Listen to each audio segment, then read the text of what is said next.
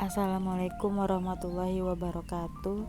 Saya Dina Anisyah dari program studi komputerisasi akuntansi akan membahas materi metode payback period dan net present value dalam mata kuliah praktikum anggaran. Baiklah langsung saja ke contoh kasus pertama, yaitu dengan metode payback period. Suatu perusahaan ABC melakukan investasi sebesar 3M dan memiliki kas bersih setiap tahunnya sebesar 500 juta selama 10 tahun. Maka perhitungan payback periodnya yaitu, baiklah penyelesaiannya. Yang pertama, diketahui nilai investasi sebesar 3M, kas bersih sebesar 500 juta per tahun, waktu investasinya selama 10 tahun. Maka PP atau payback periodnya menggunakan rumus investasi dibagi kas bersih per tahun dikali 12 bulan. Maka investasi tadi sebesar 3M dibagi kas bersihnya 500 juta per tahun dan dikali 12 bulan, maka didapatlah 72 bulan atau 6 tahun.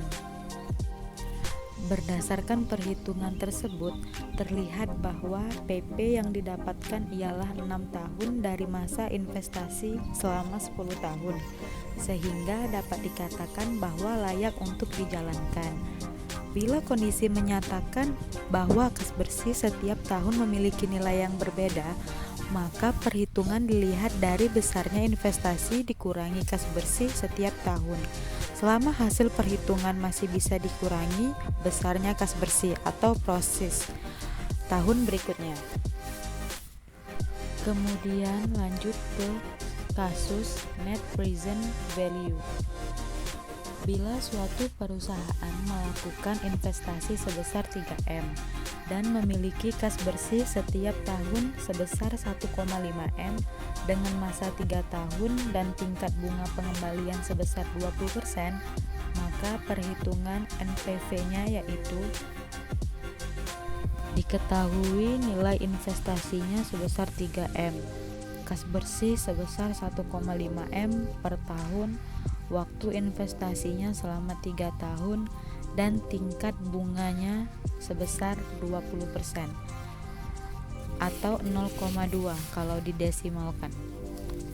Maka NPV-nya yaitu menggunakan rumus kas bersih tahun pertama per 1 ditambah R pangkat 1 ditambah kas bersih tahun 2 per 1 tambah R pangkat 2 dan ditambah kas bersih tahun ketiga dibagi 1 tambah R pangkat 3 dikurangi investasi.